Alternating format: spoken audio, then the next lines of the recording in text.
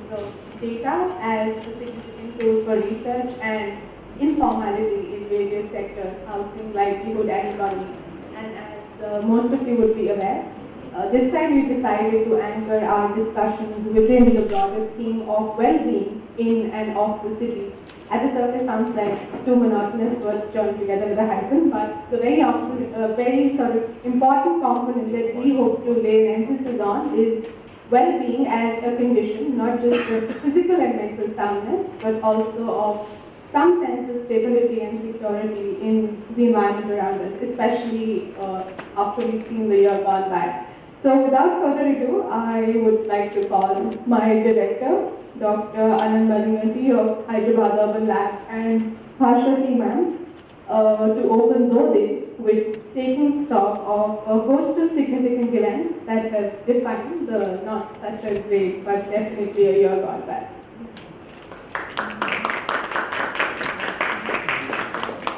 I've been forced to stand here and welcome everybody. Dode is open now. Enjoy yourselves. A lot of heartburn, a lot of mind screaming and shouting, and a lot of effort from all the people at HUL who get the brunt of my irritation and frustration because I don't have 20 hands. All that has gone into it. Please forgive all the lapses, all the things that have been overlooked. बहुत सारे लोग बहुत परेशान हो जाएंगे. Please don't mind and enjoy. Thank you. Oh yes, Gautam forced me to come here and welcome you people. I said नहीं, Anand will welcome. But he said, no, तुम feminism को 20 साल से ले जा रही हो. I think 50 साल ले जाना चाहती हूँ. Because जो फेमिनिज्म मुझे दिखता है वो तो I am, बेकार with that kind of feminism. So he forced me, so all credit to him. But I do welcome you very, very heartily, and I hope it turns out to work, all the heartburn and everything. And while planning and all that, मेरे दिमाग में एक ये रहता है that a lot of people should go out and do many more Dodes wherever they are. So वो ज़रा ध्यान रखना. Thank you. For the last Dode, the first one was in 2013 December and the second one was in 2014. We missed the 2015 Dode, but in both the first and the second, the custom was that I should be opening it up, so that's why I'm doing it, not for any other reason. Since I'm here, I want to do something to try and put 2016 in perspective from HUL's point of view. The year started for us with Rohit Vemula's death. I was in Bombay at an international conference at Tata Institute of Social Science, and I was supposed to talk about futures, urban futures. And I put together a large PowerPoint presentation and I ended up compressing all of it into one slide, and that one slide was Rohit Vemula's photograph. It was an event that moved many of us. It shook us completely, but we still thought that it was something around which we can create some meaning. Here's a young man who was dreaming of becoming a scientist, decided at some point that becoming a scientist is not quite working, that he needed to understand how society works, how it produces knowledges which are understood as science and non-science. He wanted to understand how science, which is supposed to be very rational, is actually done in extremely irrational organizations. And that was the thing that actually moved me a lot about Rohit. A few weeks before he committed suicide, he wrote a note. It was an abstract for a paper to be presented at the sociology conference. The abstract was actually not accepted. And the abstract essentially said that scientific knowledge is supposed to be produced rationally. It is supposed to be dependent entirely on rational thinking. And yet if you look at funding patterns, if you look at how decisions are made in producing scientific knowledge in our institutions, it seems to be all completely irrational. It's based on regional identity, it's based on gender identity, it's based on something or the other, and there doesn't seem to be any serious logic to this. What is this all about? And I want to do a case study on an institution that I'm seeing around me. Obviously, the abstract got rejected because it was submitted to an institution which he wanted to make a case study of.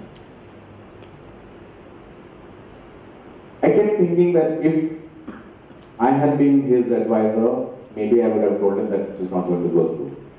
But the question is very important and we have to figure out how to answer that question. We have to figure out how to do this research. Subsequently,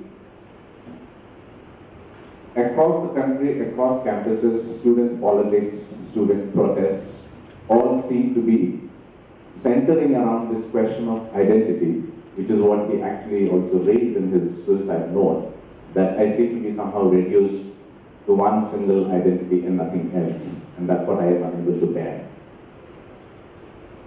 And we kept thinking that we need to somehow parse out what these identities are, how do we talk about them, how do we produce conversations about them. We kept organizing a number of events in Hyderabad.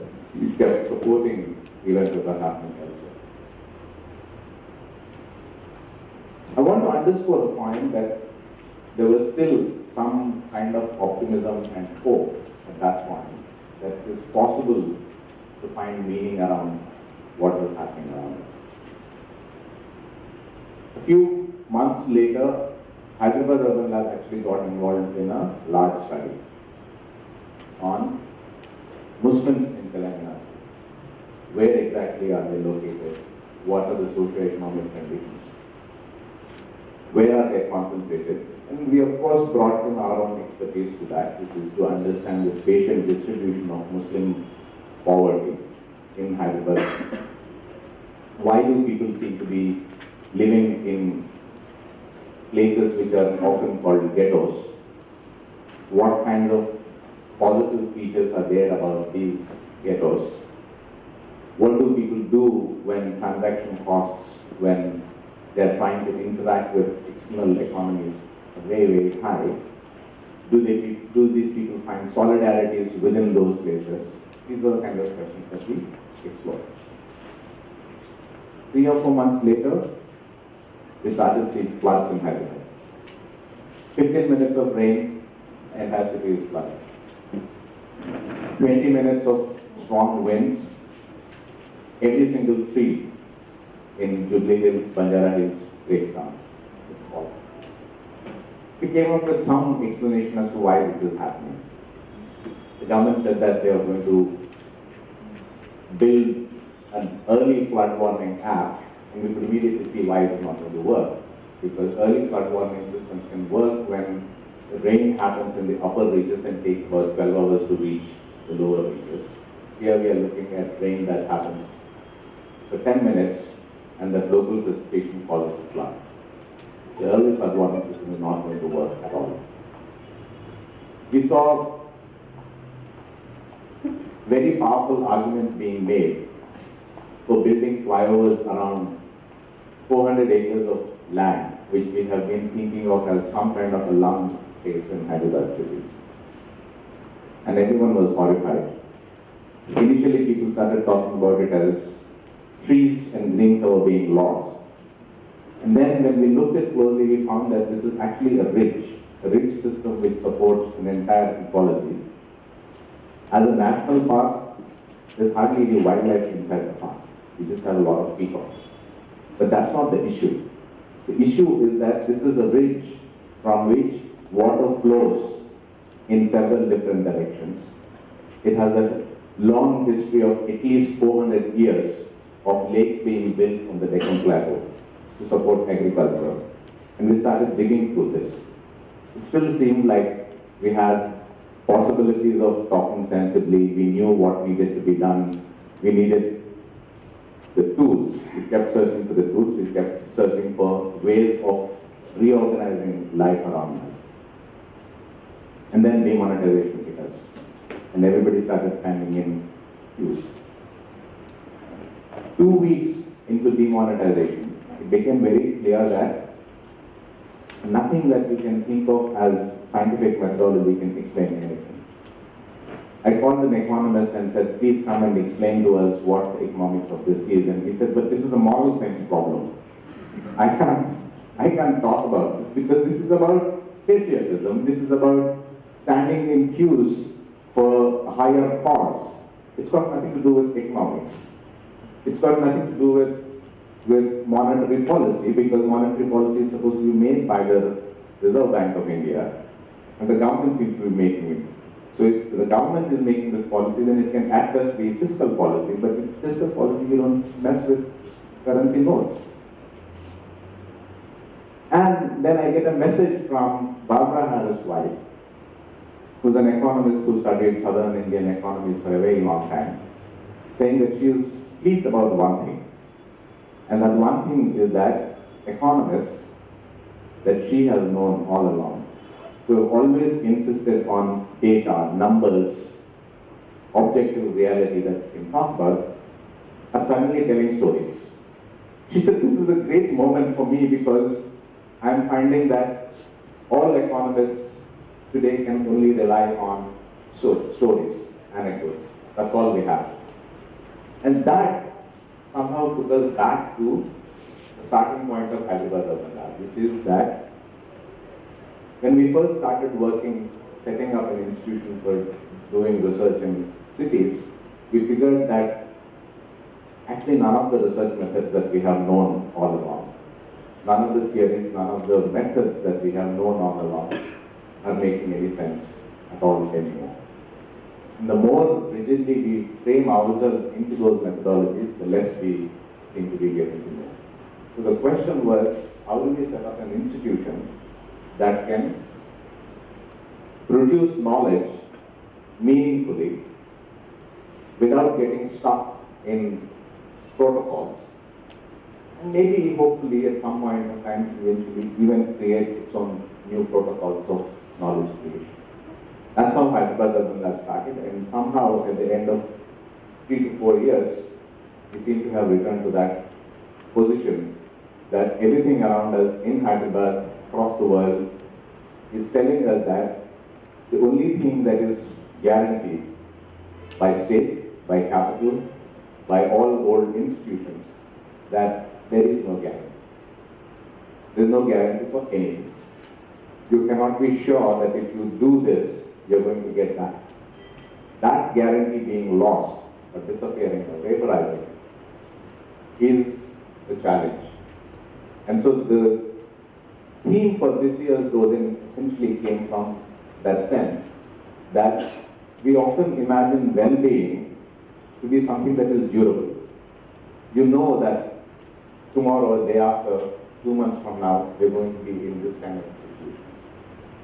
You will be able to make calculations on that. If you are able to make those calculations, then households can strategize around that. People can make calculations on jobs. People can make calculations on where they want to go. But we seem to be today living in a world where you have to constantly improvise. In some ways, sometimes I look at the huge number of startups all around me. 90, 80, 99% of them just disappearing within 6 months' time. And I keep wondering, where is all this energy coming from? And it seems like often that there are really no other options. I was talking with Arvind, the designer, associated with a lot of startups yesterday, and he was saying that startups today, actually, there's no option. You can only do startups. You can only be entrepreneurial. Because there are no jobs. What else can people do? Right? It's like saying that we have to move towards cashless economy.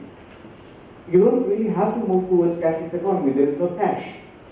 You don't have cash, what can you do? You're already cashless. So you're forced. It's like condition of being. This forces you to do things. And some of us are doing it somewhat intelligently, some of us are really struggling, some of us are not doing it anyway. We have a young person whom we have been following for the last 3 years, Sangam. Sangam comes to Hyderabad from a small village in Gulbarga, says that he wants to make a life here. He has experimented in Bangalore, he has experimented in Pune, he has experimented in different cities, finally lands up in Hyderabad and becomes an itinerant chaiwala. Every morning he goes to the 555 cafe, picks up a flask of chai, walks up and down the same road, a mile long, selling chai. And he's constantly looking for offices where people don't make chai. And he shows up. Every half an hour he shows up there and persuades people to drink chai. And he lives in a room with 6 other people, one single room. And he has no other experience of what this city is all about. That's what his life has been for the last many years. So when we first interviewed him, we asked him, what do you want to do? Where do you want to go? He said, I want to save enough money in this city, go back to my village, and set up a tent shop. 2 months later, the tent shop changed into a mobile phone shop. 2 months later, it changed into setting up a factory. And we thought all of these things were going to happen, so we kept following him. Suddenly, in the summer, he says, there are not enough chai sales. So I have started paying a mobile repair shop in Koti to spend 2 hours every day there to learn how to repair mobile phones. And then he goes home because his father has fallen sick and comes back and finds that his spot in the room and in the 555 cafe is lost. So he hasn't been able to save enough money to actually make it happen. Then he teams up with another friend of his, sets up a small mobile phone repair shop. He's struggling to figure out how to make the shop work. Right from how to keep accounts, how do you divide up the profits, who puts in how much, how do you divide up the costs, all these calculations he has to learn. We don't know how long he's going to be able to stick onto this mobile phone shop, but we see him on Facebook, he's telling us his excitement, he's sharing all of that. We don't know what's going to happen in the next couple of months. That's the state of affairs in our cities. That's what it is. How do we reconceive well-being? Some people seem to be really, really struggling. Some people seem to be not struggling so much because there are reserves. But nothing seems to be coming together, nothing seems to be holding together in any kind of durable form. That is the theme of this year's Do Din. There are a couple of other institutional changes that I wanted to share with you. When we started Hyderabad Urban Lab, we started it as a program of a small trust, non-profit trust. This year we have reincorporated ourselves as a non-profit company. And this also was through learning from a lot of uncertainty. We discovered after we registered as a non-profit trust that in our state there is no law to govern trusts. So the income tax people, when they were worried about regulating us, they said, why don't you go and register with the Endowments Commissioner? You go to the Endowments Commissioner and the Endowments Commissioner says, आपके पास गाय कहाँ है? आपके पास मंदिर कहाँ है? मज़ार कहाँ है? अगर ये नहीं है तो फिर आप हमारे यहाँ endowment में कैसे register करोगे? So we suddenly found that there is nobody to govern us. There is no law to govern us. And that seemed like a very risky place to be in. So we ended up registering ourselves as a company now, a non-profit company. And on that new entity, Prasad Shetty sitting here, Gautam Khan sitting there, and Bhashwati and I are the directors. So I just wanted to end what I wanted to say now by introducing Gautam, Prasad, and Bhashwati, who welcomed all of you and just standing out. Yeah. I want to give you a quick sense of what is going to happen till tomorrow evening, with a very brief history of how Do Din itself started. 2013, when we first thought of Do Din, it started off actually with a desire to run a hackathon. Everybody was running hackathons and we thought we should run a hackathon. So the reason that we found that we didn't have enough people who could do software development in Hyderabad, which is a very bizarre thing. Hyderabad is the place where the first Urdu composing system was developed. Hyderabad is the place where the first railway reservation system was done. But this was all before Windows. After Windows, somehow Hyderabad's capabilities in software development seem to have declined. A lot of the work that happens here is offshore work. There is some sense that we do have open source development cultures, but it's very, very limited. We don't know what to do. So hackathon seemed like a great idea, but once we started canvassing the ideas, we figured that actually people who develop software have no sense of what else is happening in the city. So the immediate task for us was to try and bring face-to-face people who work with information technologies with people who work with other kinds of technologies and actually make the point that other people are also working with technology. So we had actually a whole lot of scrap dealers in this place. And for us, the whole work of scrap dealing in Hyderabad is a very, very important place of all kinds of technologies. How do you break down the coils in an air conditioner? From there, to how do you find gold and silver inside laptops which are broken down? How do you find the one part of some animal which can be exported for Chinese medicine? This is what happens in scrap market. So that's how we put together the first building. And then the idea was that to the extent that cities are about simultaneity, there are so many different places, so many different economies, so many different ways of being in the city. So we should try and reflect that multiplicity and simultaneity in the event itself. So we would have film screenings, exhibits, eclectic conversations, all of that in the same place simultaneously where people can move from one thing to the other. And we followed the same format. Each time we do it in each region, we try to consolidate a little bit more, try and do it a little better. And I think that we are somewhat succeeding, I don't know, but we will figure out as we go along.